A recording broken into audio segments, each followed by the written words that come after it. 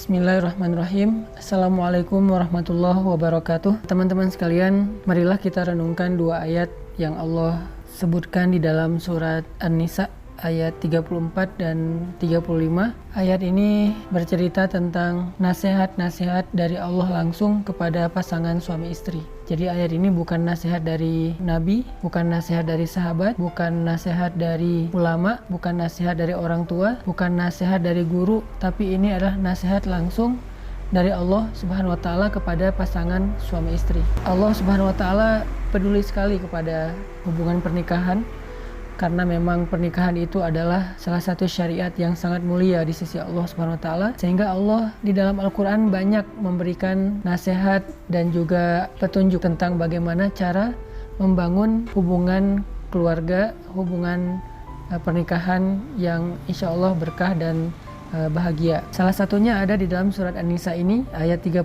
dan 35. Di mana Allah Subhanahu wa taala berfirman, A'udzu billahi minasy syaithanir rajim. Bismillahirrahmanirrahim. Ar-rijalu qawwamuna 'alan nisa'i bima faddala Allahu ba'dahum 'ala ba'd وَبِمَا أَنفَقُوا مِنْ أَمْوَالِهِمْ فَالصَّالِحَاتُ قَانِتَاتٌ حَافِظَاتٌ لِلْغَيْبِ بِمَا حَفِظَ اللَّهُ وَاللَّاتِي تَخَافُونَ نُشُوزَهُنَّ فَعِظُوهُنَّ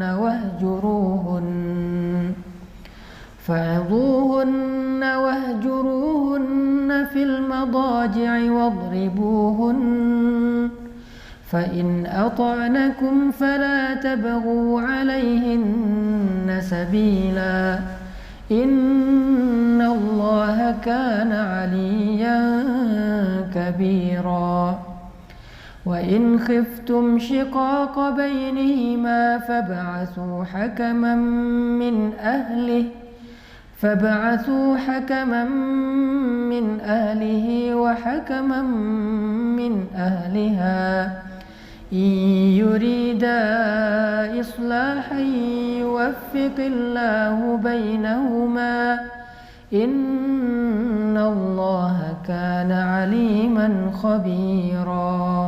Laki-laki atau suami adalah pelindung bagi perempuan atau istri, karena Allah telah memberikan kelebihan sebagian mereka, yaitu laki-laki, atas sebagian yang lain, yaitu perempuan. Dan karena laki-laki berkewajiban memberikan nafkah dari hartanya, maka perempuan-perempuan yang solihah itu adalah perempuan-perempuan yang taat kepada Allah, perempuan-perempuan yang mampu menjaga dirinya ketika suaminya tidak bersamanya, karena Allah telah menjaga mereka dengan syariatnya. Sedangkan perempuan-perempuan yang kamu khawatirkan akan berbuat kesalahan atau nusyuz, hendaklah kalian memberi mereka nasihat yang baik. Jika tidak berhasil, maka pisahkanlah tempat tidur mereka. Jika tidak berhasil, maka pukullah mereka dengan pukulan yang tidak menyakiti atau melukai. Tetapi jika mereka mentaati kalian, janganlah kalian sekali-kali mencari-cari jalan untuk menyakiti mereka. Sungguh Allah Maha Tinggi lagi Maha Besar. Dan jika kalian khawatir terjadi perselisihan di antara keduanya, maka utuslah seorang yang bisa mendamaikan di antara keduanya dari keluarga laki-laki dan juga dari keluarga perempuan. Jika keduanya bermaksud mengadakan perbaikan, niscaya Allah akan memberikan taufik kepada suami istri itu. Sungguh Allah Maha Teliti dan Maha Mengetahui. Shadaqallahul Azim. Teman-teman sekalian, inilah salah satu di antara sekian banyak ayat-ayat Al-Quran yang isinya berupa petunjuk dan juga nasihat bagi pasangan suami istri dan bagi keluarga yang beriman. Kenapa nasihat-nasihat tentang keluarga dan pernikahan ini banyak di dalam Al-Quran? Karena memang pernikahan adalah salah satu di antara ibadah yang pahalanya luar biasa. Bahkan pahala ibadah pernikahan ini tidak berhenti dengan durasi waktu yang seperti sholat hanya dilakukan sekitar 10 menit, atau ibadah puasa yang dilakukan hanya selama 1 bulan, atau ibadah haji yang dilakukan hanya selama beberapa hari hanya dengan ritual tawaf, sa'i, wukuf dan seterusnya.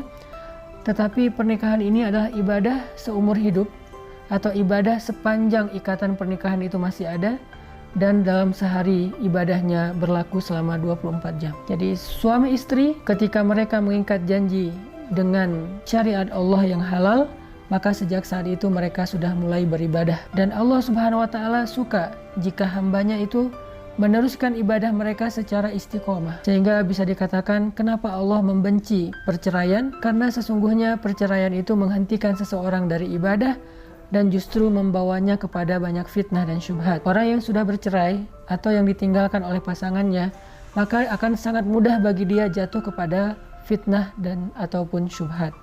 Maka dari itu Islam sangat tidak menyukai perceraian, karena Allah juga membenci perceraian. Sehingga ini harus menjadi satu rasa yang ada di hati kita, bahwa iman itu adalah perasaan cinta, perasaan benci, perasaan bahagia, perasaan takut, perasaan yakin. Perasaan adalah hakikat dari iman. Sehingga kalau misalnya kita belajar iman kepada Allah Subhanahu wa Ta'ala, kita juga belajar untuk memunculkan rasa yang sesuai dengan keinginan Allah Subhanahu wa Ta'ala. Misalnya Allah mencintai sesuatu, kita belajar mencintai itu. Allah membenci sesuatu, kita juga belajar membenci itu. Maka ketika Allah Subhanahu wa Ta'ala benci kepada perceraian, maka orang yang beriman harusnya juga benci dengan hal yang sama. Suami benci untuk menceraikan istrinya. Istri benci untuk meminta diceraikan oleh suaminya. Begitu juga mertua, orang tua, atau sahabat, siapapun di antara orang beriman, gak boleh kita menganggap perceraian itu sebagai sesuatu yang biasa saja. Apalagi sampai menyukai perceraian, mengharapkan perceraian, baik perceraian diri kita ataupun orang lain. Justru kita membenci perceraian karena Allah membencinya. Mencintai pernikahan, mencintai pasangan halal kita karena Allah pun mencintai kebaikan itu. Ini yang disebut dengan iman. Sehingga Allah Subhanahu wa Ta'ala memberi kita nasihat dan petunjuk bagaimana caranya agar hubungan suami istri ini semakin baik, semakin saling mencintai, dan mereka tidak pernah terfikirkan untuk berpisah. Sebagaimana yang tadi saya sampaikan, bahwa kita harus membenci perceraian. Buat kita perceraian itu bukanlah suatu pilihan, bahkan kita menghindari perceraian dengan cara apapun. Seorang suami menghindari perceraian untuk tidak mengatakan talak, seorang istri juga menghindari perceraian untuk tidak mengecewakan suaminya, untuk tidak meninggalkan suaminya, untuk tidak memancing suaminya, untuk saling mengalah supaya tidak terjadi perceraian. Kenapa? Karena kita benci dengan perceraian. Kenapa harus benci dengan perceraian? Karena Allah membenci perceraian. Lalu di dalam ayat ini Allah memberi nasihat tentang tugas masing-masing di antara suami dan istri. Karena salah satu yang menyebabkan perceraian ini terjadi adalah ketika masing-masing fokus dengan hak, bukan dengan kewajiban. Ketika kita fokus dengan kewajiban, insya Allah kita akan memenuhi hak. Tapi jika kita fokus dengan hak, biasanya kita tidak akan memenuhi kewajiban. Suami yang fokus dengan kewajibannya terhadap istri, maka dia akan memenuhi hak istri. Istri yang fokus dengan kewajibannya terhadap suami, maka dia akan memenuhi hak suami. Itu dikenal dengan istilah wafa dalam Islam. Makanya di dalam ayat ini Allah menasihati suami dan istri sekaligus supaya mereka sama-sama fokus, supaya mereka sama-sama berusaha untuk memenuhi kewajiban mereka agar mereka bisa menyempurnakan hak pasangan mereka. Yang pertama Allah katakan ar-rijalu qawwamuna 'alan nisa. Tugas ataupun kewajiban laki-laki. Kewajiban laki-laki itu adalah qawwamun, meluruskan. Maka ketika Allah katakan laki-laki adalah yang meluruskan perempuan, maka di sini Allah Subhanahu wa Ta'ala memberi nasihat kepada suami agar mereka menjaga kewajiban mereka. Tugas utama mereka adalah meluruskan istrinya. Arti meluruskan istrinya, Allah Subhanahu wa Ta'ala berfirman di dalam surat At-Tahrim, ya ayyuhalladzina amanu qu anfusakum wa ahlikum nara. Wahai orang yang beriman, wahai para suami, jagalah diri kalian dan keluarga kalian dari api neraka. Maka tugas pertama seorang suami adalah meluruskan istrinya, keluarganya, agar tetap berada di jalan Allah yang kita kenal dengan nama jalan yang lurus. Sehingga dengan begitu dia menjaga pasangannya dan keluarganya dari api neraka. Karena api neraka itu ada di jalan yang bengkok. Karena api neraka itu ada di dalam jurang-jurang yang membentang sepanjang jalan yang lurus itu, di kanan dan kirinya. Sehingga ketika orang tergelincir dengan hawa nafsunya kepada jurang di sebelah kiri, maka dia jatuh ke neraka. Jika orang tergelincir dengan idealismenya yang kaku, lalu dia ghulu, berlebih-lebihan dalam agama, dia juga akan jatuh dalam lubang ataupun jurang api neraka. Maka tugas suami adalah menjaga agar istrinya dan keluarganya tetap lurus di jalan Allah Subhanahu wa taala. Menjaga keluarganya dengan ilmu agama. Kalau suaminya tidak paham agama, maka tugas dia adalah mengajak pasangannya dan keluarganya sama-sama belajar agama. Dia tidak harus menjadi seorang ustadz, tapi dia bisa membawa keluarganya kepada para ustadz, bisa membawa keluarganya kepada para kiai, bisa membawa keluarganya kepada taklim, bisa membawa keluarganya kepada para guru, bisa membawa keluarganya kepada ilmu yang ada di masjid atau di beberapa tempat-tempat belajar agama. Ini artinya tugas suami yang pertama ternyata bukanlah masalah materi, bukan masalah kasih sayang yang sifatnya cinta, tapi adalah masalah akhirat. Itu tugas pertama. Kemudian tugas yang kedua, Allah Subhanahu wa taala menyebutkan di ayat yang sama, bima anfaqu min amwalihim. Tugas yang kedua adalah anfaqu min amwalihim, menginfakkan harta mereka. Maka di sini jelas bahwa tugas seorang suami adalah menafkahi istri dan keluarganya, anak-anaknya. Dan ini bukan soal siapa yang penghasilannya paling besar, tapi ini soal tanggung jawab, ini soal izzah atau kehormatan seorang laki-laki. Bahkan seorang suami tetap harusnya memberikan nafkah kepada istrinya walaupun istrinya punya kapasitas, punya harta yang lebih banyak daripada suaminya. Itu yang dilakukan Rasulullah SAW kepada Khadijah. Ketika Rasulullah menikah dengan Khadijah, Khadijah jauh lebih kaya daripada Rasulullah. Tetapi Rasulullah sebagai seorang laki-laki sejati tetap memberikan nafkah kepada Khadijah. Karena kaidahnya harta laki-laki, harta suami adalah harta istri. Sedangkan harta istri hanya harta istri. Jadi disitulah seorang istri belajar bergantung kepada suami. Dan dengan kebergantungan itulah seorang suami punya harga diri. Dan dia bisa menjalankan tugas nomor satunya, yaitu meluruskan perempuan. Lalu apa kriteria seorang istri yang solehah? Apa kriteria istri yang diridhoi oleh Allah? Istri yang memenuhi hak suami, istri yang fokus dengan kewajibannya, istri yang insya Allah jadikan hidupnya beribadah 24 jam sehari sepanjang hidupnya. Jadi Allah Subhanahu wa taala seolah-olah mengatakan begini, wahai perempuan-perempuan, wahai istri-istri, jadilah kalian istri yang solehah. Bagaimana cara menjadi istri yang solehah? Ada dua nasihatnya, qanitat, hafizat. Apa arti qanitat dan hafizat? Qanitat adalah sikap istri ketika dia bersama dengan suaminya. Hafizat adalah sikap istri, perilaku istri, akhlak istri ketika dia tidak bersama dengan suaminya. Inilah ciri perempuan solehah. Qanitat hafizat. Apa qanitat? Dia seorang istri yang ketika bersama dengan suaminya, dia istri yang sangat menyenangkan. Kata Nabi, perempuan solehah itu kalau dipandang oleh suaminya menyenangkan. Ekspresi wajahnya menyenangkan, ucapan lemah lembutnya menyenangkan, kemudian kemesraannya menyenangkan, kemudian ketaatannya kepada suami ketika suaminya menasihati dia menyenangkan suami, tidak pernah membuat suaminya marah, tidak pernah membuat suaminya sedih. Ini adalah qanitat, seorang perempuan yang solehah ketika dia bersama dengan suaminya. Kemudian yang kedua, hafizat. Hafizat artinya solehah ketika dia tidak bersama dengan suaminya. Kapan? Ketika suaminya pergi dan dia di rumah menjaga dirinya, tidak mengkhianati suaminya. Atau ketika dia keluar rumah sendiri, bagaimana cara dia berpakaian, bagaimana cara dia bergaul, bagaimana cara dia menjaga dirinya, batasan-batasannya sebagai muslimah walaupun dia bekerja, karena tidak masalah muslimah bekerja selama dia mampu menjaga batasan. Termasuk hafizat, perempuan yang mampu menjaga dirinya di sosial media, karena mungkin suaminya tidak selalu bisa memantau dia. Ketika dia japrian sama laki-laki lain, ketika dia satu grup sama orang lain, ketika dia di akun-akun sosial media dengan orang lain, ada yang DM, ada yang komen, posting, live streaming, dan seterusnya, dia mampu menjaga dirinya meskipun tidak ada suami di sebelahnya. Ketika dia mengetik teks yang dikirimkan kepada orang lain, laki-laki, seolah-olah ada suami di sebelahnya. Seolah-olah suaminya melihat apa yang dia tuliskan. Dia memperhatikan emotikon yang dia pakai, dan seterusnya. Inilah istri yang solehah, yang mampu menjaga dirinya ketika dia tidak sedang bersama dengan suaminya. Lalu setelah Allah memberikan nasihat kepada suami dan istri, Allah kemudian mengambil beberapa contoh konflik yang terjadi. Salah satunya adalah ketika istri tidak lagi patuh kepada suami. Apa tugas suami? Maka tugas suami ketika istrinya tidak patuh, fa'izuhun, nasihati mereka secara baik-baik. Menasihati secara baik-baik itu artinya bukan memarahi, bukan menjudge, tetapi mencari bahasa yang membuat istri merasa nyaman dengan nasihatnya. Atau bisa juga memberi nasihat secara tidak langsung. Mungkin mengajak dia ke taklim supaya dia bisa mendengar nasihat yang dia inginkan dari seorang ulama dan seterusnya. Atau dia juga bisa mencari materi di YouTube atau mencari materi di sosial media yang kemudian dia perdengarkan kepada istrinya. Ini artinya kalau kita ngerasa kurang kapasitas agama, kita bisa menasihati istri kita melalui perantaraan ulama atau orang yang lebih mengerti agama.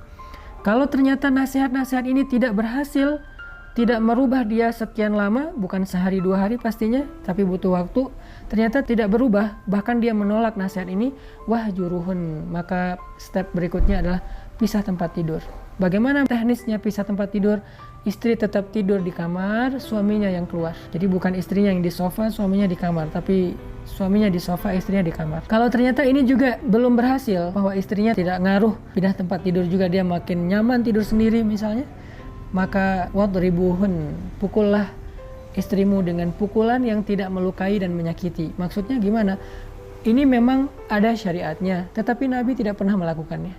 Ini syariat, tetapi sahabat hampir tidak ada yang melakukannya. Kenapa? Ini kondisinya sangat-sangat khusus. Memang kadang ada istri yang memang melakukan pelanggaran yang mungkin sudah terlalu kelewat batas dan memang harus ditegasi oleh suaminya. Tapi itu pun tidak boleh menyakiti dan melukai. Kalau pernah dipraktekkan oleh seorang ulama itu adalah pukulan di bagian pahanya atau di bagian lengannya dengan pukulan yang hanya bukan pukulan lebih tepatnya, mungkin hanya sekedar diingatkan gitu dengan satu sentuhan. Kamu jangan begitu. Aku tidak suka kalau kamu begini dan seterusnya. Dengarkan nasihat aku. Dan ini sama sekali bukan pukulan, cuman bahasanya saja pukulan. Tapi ada keterangan di dalam hadis yang tidak menyakiti, melukai, tidak boleh di wajah, tidak boleh di perut, tidak boleh di bagian-bagian yang bisa membahayakan dia. Tapi kalau istrinya taat, arti taat di sini mendengar nasihat suami, menyenangkan suami. Kalau dia sesekali salah itu hal yang manusiawi. Yang dimaksud dengan kesalahan yang harus ditegasi di sini itu kesalahan yang bahkan secara syariat itu fatal, dosa besar misalnya. Tapi kalau hanya lupa, mungkin istri lagi baper karena dia lagi datang periodenya, maka ini masih dalam kategori taat karena itu manusiawi, masih wajar. Maka kalau dia taat, janganlah kalian wahai suami-suami mencari-cari cara untuk menyusahkan mereka, menjudge mereka, menuduh mereka dengan tuduhan macam-macam, apalagi sampai mengancam untuk menceraikan mereka. Ini nggak boleh, ini dosa besar bagi seorang suami. Lalu ditutup dengan nasihat lain, kalau juga ternyata kalian tidak bisa menyelesaikannya sendiri, maka datangkanlah seorang hakim. Hakim di sini bisa perwakilan masing-masing keluarga, suami istri, bisa juga orang bijak di luar mereka, untuk bisa mengislah. Islah itu mendamaikan.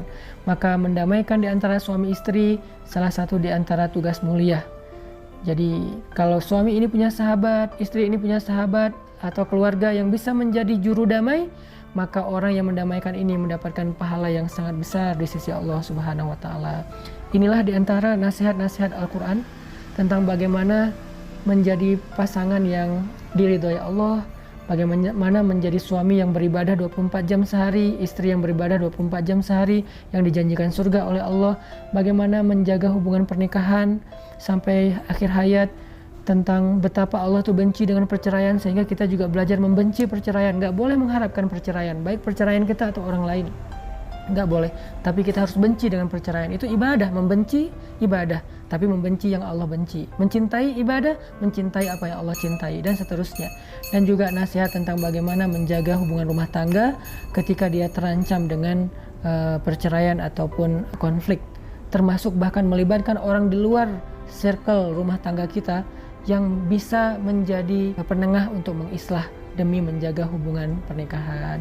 Mudah-mudahan ini jadi motivasi booster buat pasangan-pasangan muda yang mungkin awal-awal menikah itu masih emosional, masih tahapan beradaptasi, dan itu hal yang wajar semua orang mengalami. Jangankan kita, orang yang lebih soleh dari kita pun, Nabi dan para sahabat juga pernah mengalami dinamika keluarga yang kadang-kadang pasang dan surut. Itu hal yang sangat biasa. Jangan langsung kita berputus asa dan menyimpulkan bahwa sepertinya kita tidak cocok, sepertinya saya salah pilih, atau saya menyesal atau apapun. Enggak, ini nih kita akan mengalami hal yang sama dengan siapapun.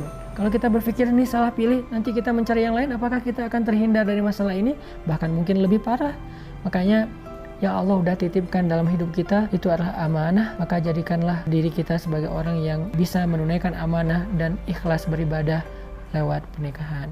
Barakallahu fiik. Assalamualaikum warahmatullahi wabarakatuh.